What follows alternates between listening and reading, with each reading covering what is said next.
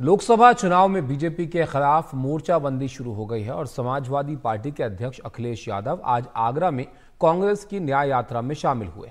अखिलेश यादव ने राहुल गांधी और प्रियंका गांधी के साथ यात्रा में लोगों का अभिवादन किया। इस दौरान अखिलेश यादव ने कहा कि हमारा एक ही संदेश है, बीजेपी हटाओ और देश को बचाओ। हमें उम्मीद है कि इंडिया गठबंधन की सरकार बनेगी और किसानों नौजवानों के लिए काम करेगी। यात्रा में राहुल गांधी ने कहा, हम अखिलेश यादव का दिल से स्वागत करते हैं। राहुल गांधी ने कहा कि आज देश में अन्याय चरम पर है, हम सब मिलकर लोकतंत्र और संविधान बचाने की लड़ाई लड़ रहे हैं।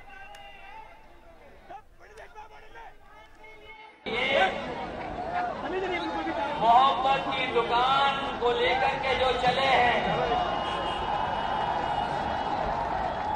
इस शहर में बाजार नहीं, पूरा शहर मोहब्बत का शहर है। इतनी मोहब्बत हर मन में भर करके ले जाइए और पूरी यात्रा में बांटते चले जाइए। इनको हक और सम्मान मिलना चाहिए। इतने वक्तों बाद की सम्मान नहीं, और जो कुछ मिल भी रहा था वो भारतीय जनता पार्टी ने लूटने का काम किया है। आज इस कार्यक्रम के बाद जो संदेश जा रहा है वो एक ही संदेश है कि भाजपा हटाओ,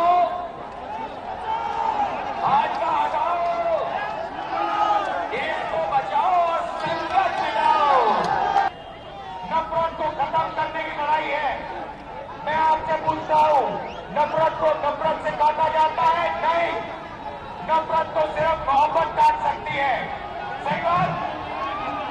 नफरत को किस चीज से काटा जाता है? सुना नहीं मैंने?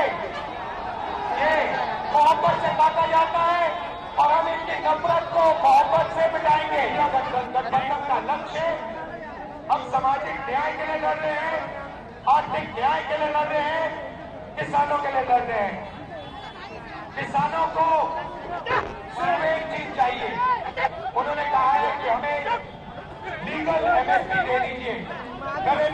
सरकार कहती है कि हम आपको लीगल एमएसपी नहीं देंगे, लीगल एमएसपी आपको नहीं मिलेगी। इंडिया गठबंधन ने, कांग्रेस पार्टी ने कहा है जैसे ही हमारी सरकार आई, हिंदुस्तान के किसानों को हम लीगल एमएसपी दिलवा देंगे, 1 मिनट नहीं लगेगा। तो आपने सुना अखिलेश यादव और राहुल गांधी जो अपनी बात यहां पर रख रहे थे। आज अखिलेश यादव जो है वो पहुंचे न्याय यात्रा में शामिल होने के लिए। आगरा ये यात्रा जो है पहुंची है। इससे पहले मुरादाबाद संभल होते हुए आगरा का रुख जो है राहुल गांधी की इस यात्रा ने किया है। प्रियंका गांधी भी उनके साथ हैं और यहाँ पर एक सुर में बोलते हुए दोनों ही नेता जो है वो नजर आए। बीजेपी पर अलग अलग मुद्दों को लेकर जो है वो अपने अंदाज में उन्होंने निशाना भी साधा।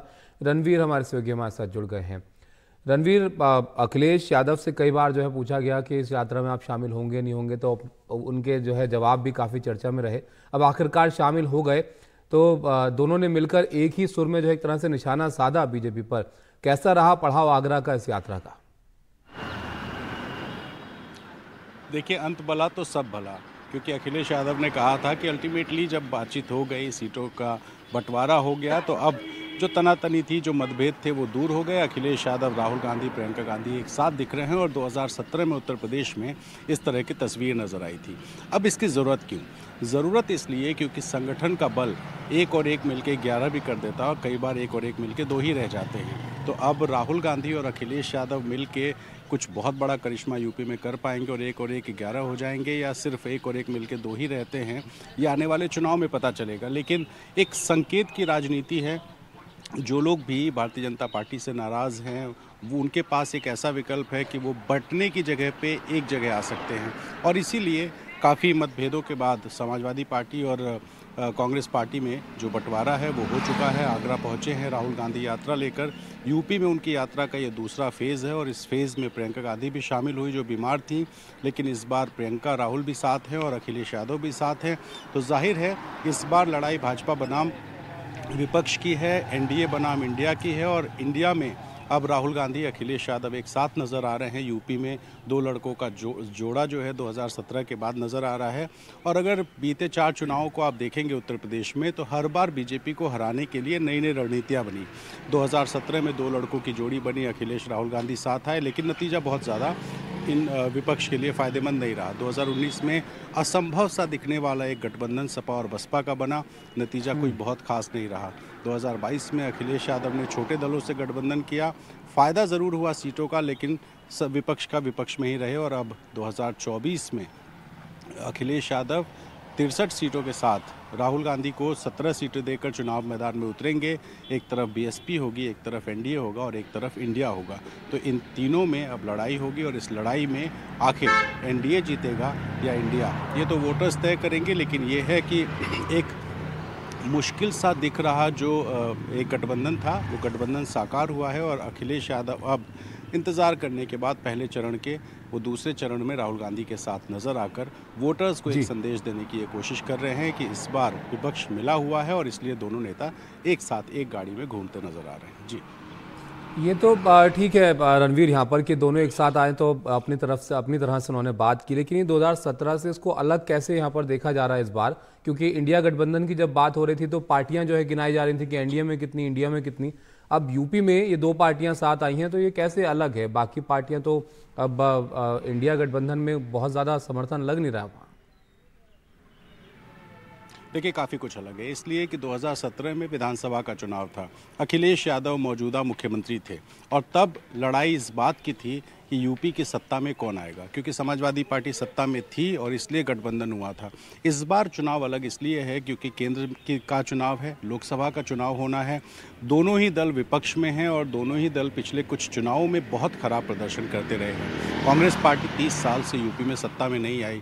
पिछले 2 लोकसभा चुनाव में वो लगातार केंद्र में भी हारती रही है, 44 तक सिमट चुके थे और इसलिए ये केंद्र की लड़ाई है और इसमें चेहरा है नरेंद्र मोदी। 2017 का चुनाव याद कीजिए, जब भारतीय जनता पार्टी में मुख्यमंत्री पद का कोई चेहरा नहीं था, चुनाव हो रहा था नरेंद्र मोदी के नाम पर और इसलिए विधानसभा और लोकसभा का चुनाव अलग है और इस बार नतीजे भी क्या आएंगे ये वोटर्स तय करेंगे। जी, बहुत शुक्रिया रणवीर आपका इस सब जानकारी के लिए। तो देखिए अब साथ एक बार फिर से ये दोनों पार्टियां जो है आई हैं इस चुनाव के लिए और अखिलेश यादव ने भी शिरकत की है राहुल गांधी की इस यात्रा में, जो कि अब यूपी से होकर यहाँ पर गुजर रही है।